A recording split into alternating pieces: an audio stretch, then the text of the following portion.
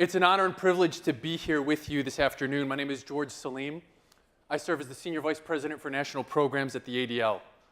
And it's my pleasure and honor to introduce Deputy Inspector Mark Molinari, the commanding officer of the NYPD Hate Crimes Task Force.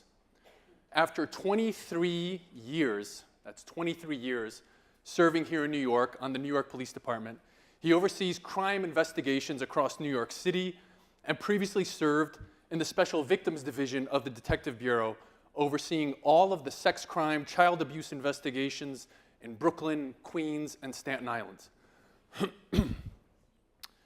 And while working in the nation's largest city, he oversees cases and liaison referrals from the district attorney's offices, the FBI, federal agencies, the state police, advocacy organizations, elected officials, and from the public and from the media.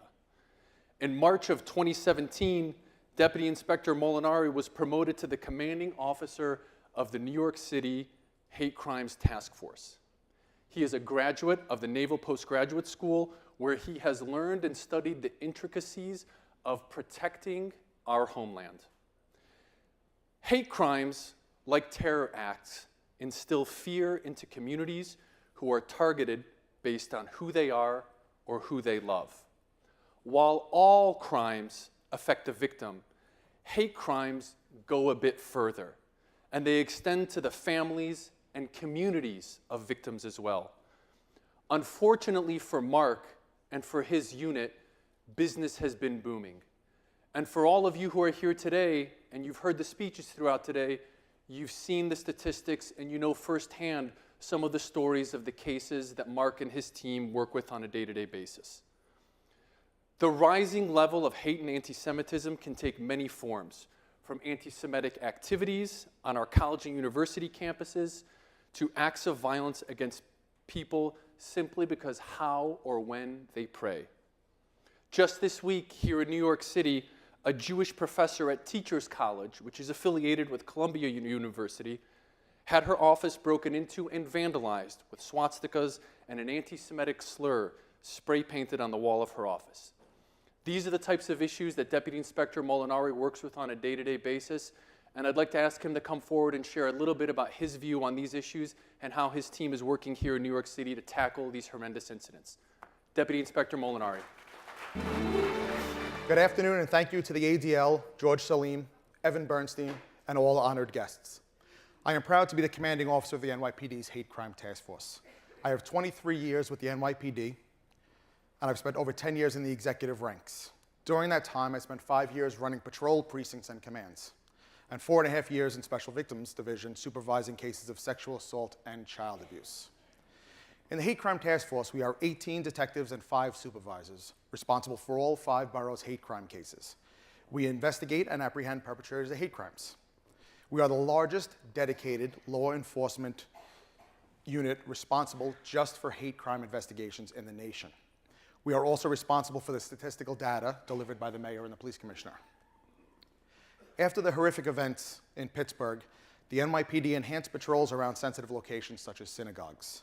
The Hate Crime Task Force was plugged in, and we increased our manpower on that weekend to investigate any possibly biased incidents. Luckily, we did not have any that show a direct connection to Pittsburgh. The Pittsburgh attack was a horrific reminder of the devastating effects of hate crimes anywhere. Similar to the terror attacks of 9/11, the effects of Pittsburgh were and are felt nationally and internationally. Hate crimes have a devastating psychological impact on those who share the identity of those attacks, but also on those who want and pray for a civilized society. Different from other crimes, hate crimes have a ripple effect, reaching out from the person or place attacked, rippling out to the family, friends, community, and even strangers. The simplest definition of a hate crime from the New York State Penal Law is a crime motivated by the identity of the person. There are 10 protected identity groups: race, color, national origin, ancestry, gender, religion, religious practice, age over 60, disability, and sexual orientation.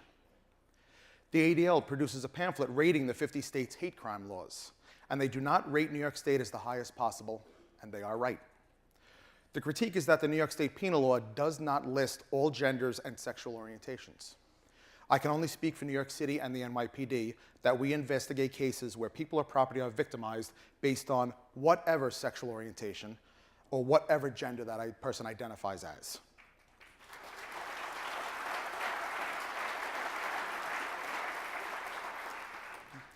I was asked to speak about specific cases, and I didn't want to at first. But in the recent weeks, we've seen an increased caseload. Unprovoked attacks in Crown Heights and Williamsburg over this weekend. Patterns of attacks on victims as young as 9 years old. Patterns of wilding incidents with perpetrators assaulting teens and damaging property. Earlier this fall, 2 incidents in Crown Heights. One where a livery driver screeched to a halt to attack a man walking down the street. The following day, a male confronting a victim and hitting him with a large tree branch. Last week, the cowardly painting of a 3-foot by 3-foot swastika inside of that professor's office that George mentioned at Teachers College. How many cases did I just reference? I lost count of them. How do we do our work? Well, I can't give you all our secrets. I have to keep something special. But most of our cases hit the media, and that's a good thing. When an incident occurs, the media coverage raises community support and community outrage. It helps to generate tips. After arrest, more media coverage.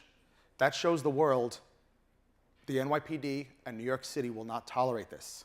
It puts a face to the evil act and hopefully warns others with hate in their mind and hate in their hearts not to act on it. Social media drives information. This is one of the many ways that the ADL helps us. Their social media footprint is far-reaching. The ADL assists us in getting our information out pre-incident, post-incident, and preferably instead of incident. The ADL invites my unit to meetings, trainings, seminars, and presentations to teach about the work of the Hate Crime Task Force. The ADL is the largest non-governmental educator of law enforcement. I personally attended many ADL trainings, including their advanced training school in Washington, D.C.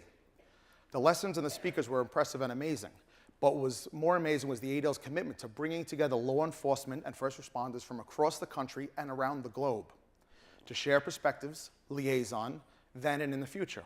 I am still in touch with some of those leaders, and the ADL helps keep us in touch with each other. The ADL shares FBI statistics showing a 17% increase in hate crimes and a 37% increase in anti-Semitic hate crimes nationwide. The ADL reports a rise in anti-Semitic incidents of 57% in 2017. These incidents may or may not rise to the level of criminality, but they are offensive and disgusting nonetheless. Hate speech targeting an identity, even while constitutionally protected, has no place in a civilized society.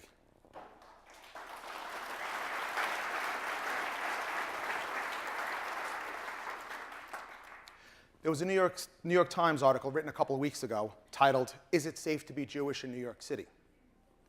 If you read it, there was a very smart and handsome deputy inspector quoted in it. Many, many times. In that article, I counted the narrative that white supremacy is responsible for hate crimes. Where does that narrative come from? As the ADL accurately reports, there is an increase in white supremacy in America.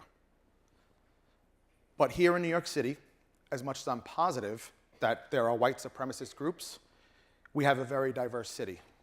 That creates a diverse victim group and a very diverse perpetrator group. All identities are committing hate crimes against all identities, and it has to stop.